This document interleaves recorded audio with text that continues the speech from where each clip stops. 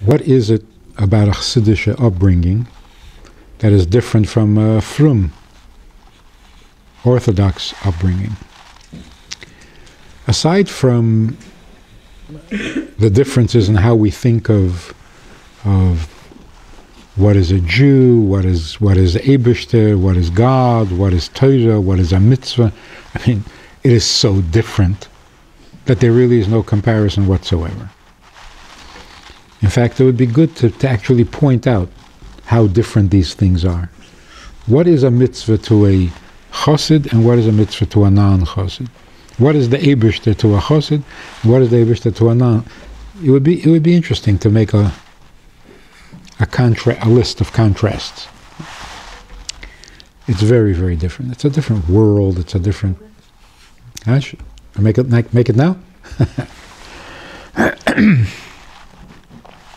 But aside from that,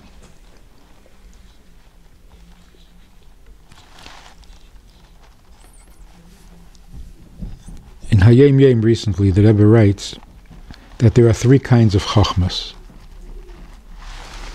There is the chachma of recognizing what is inappropriate.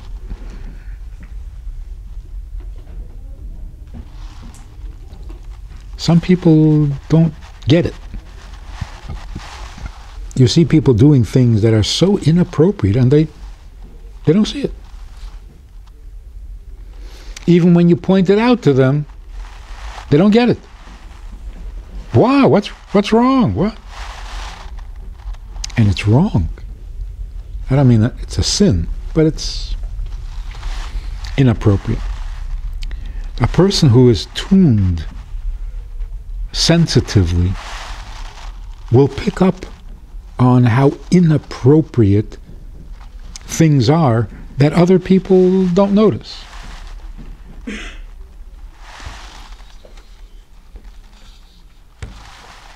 You may have heard the story. It was in the store on Kingston Avenue. This was when Kol Tov was Friedman's. And I was, I don't know, before Bar Mitzvah probably. And this guy comes in, an older man from Eretz Yisrael, and he seems to be very distressed. And he says, where is, give me a number, 849 Crown Street. He runs into the store and he says, where is 849 Crown Street? Nobody said anything. He looks at me. I go, he gave me such a lecture. He was obviously in a hurry. There was something going on that he needed. But he took about 10 minutes to give me a lecture. What are you making with your shoulders? In Yiddish. What's with the shoulders? If you don't know, say, I don't know. What are you making with your shoulders? Like, I thought you were in a hurry. But he went on and on and on about it. So at the moment, of course, I was like, hey, back off, leave me alone. What'd I do to you?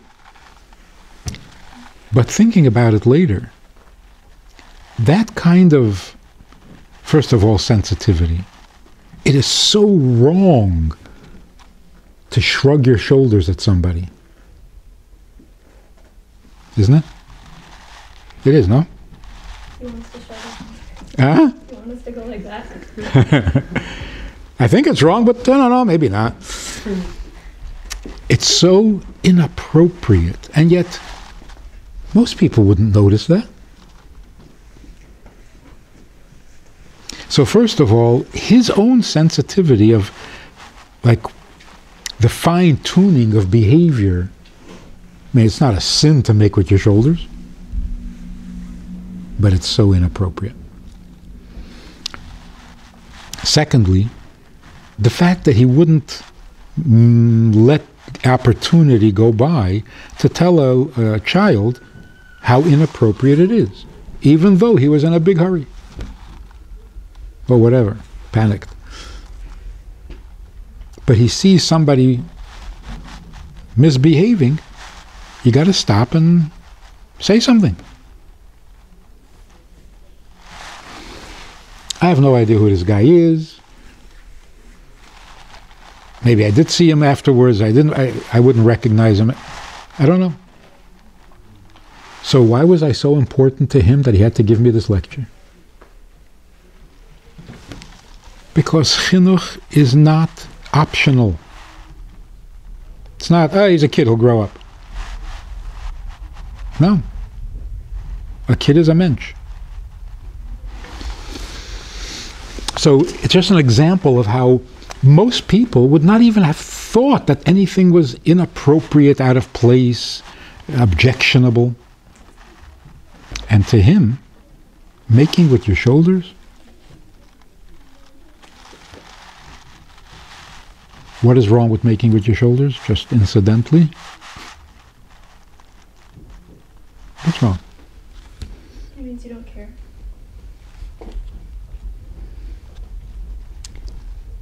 It's a dismissal.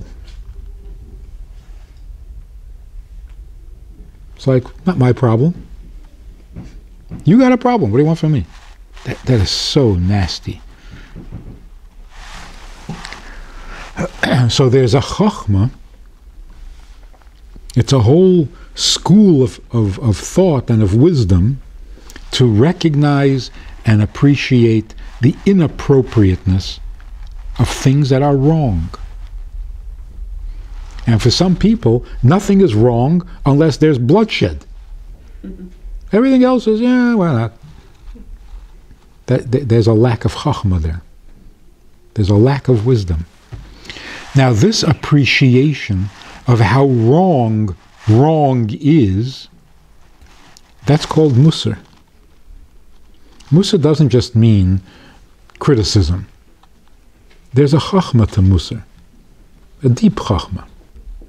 I don't know if you have to make a whole curriculum out of it, or they have to make a lifestyle out of it, which may be a little rough. But there's certainly a wisdom to it. It's a chelik of Torah. But just like we don't live according to remez,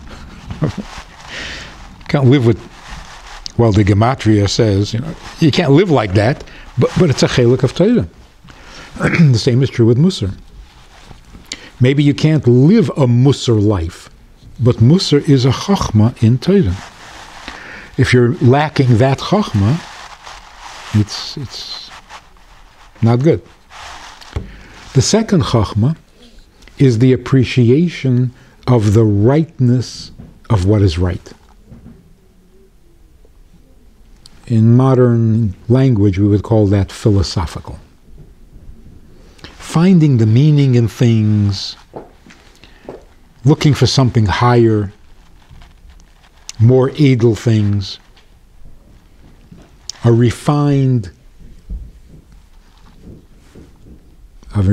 taste in wine, in art, in music. That's called chkira, philosophy. Noticing all the meaningful things in the world. The third chokhmah is the chokhmah of finding the kavanah and the purpose of everything, the high and the low, the appropriate and the inappropriate, the right and the wrong. Everything has its function, everything has its place, everything has its purpose. Nothing is left out.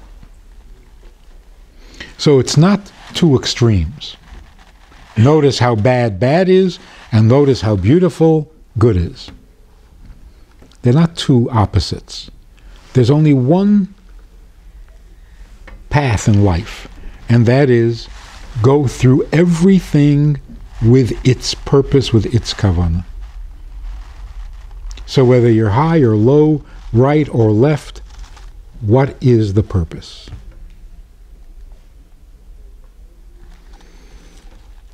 And that's why Chassidus is so inclusive, so tolerant, so uniting. Because whatever it is, it has to do its purpose. Because if it doesn't do its purpose, the whole plan, with all the wonderful things, not good enough. What's the purpose of the world? It's like the body is made up of very different parts. There's the head and there's the toe. And the toe has its purpose. So it's one thing to say, what are you comparing a head to a toe? A head is beautiful. A head is magnificent. A head is what makes us different from... What's a toe? It's nothing. Or the opposite. Say, a toe? Ugh, that's so low. High or low, the head has a purpose. The toe has a purpose. If the toe doesn't do what it's supposed to do, the head will suffer also. If the head doesn't do what the head's supposed to do, it'll affect the toe also. So, I mean, the Rebbe was the perfect model of always finding the kavanah. It wasn't a question of, oh, is that high or is that low? Oh, was that good or was that bad? Is this a good guy or a bad guy? There's always, what's the kavanah? What is the purpose? What contribution does this make and what contribution does this make? And it's very hard to say that this contribution is more important than that one. Because if it's the Eibishter's kavanah, how can it be not important? How can it even be less important?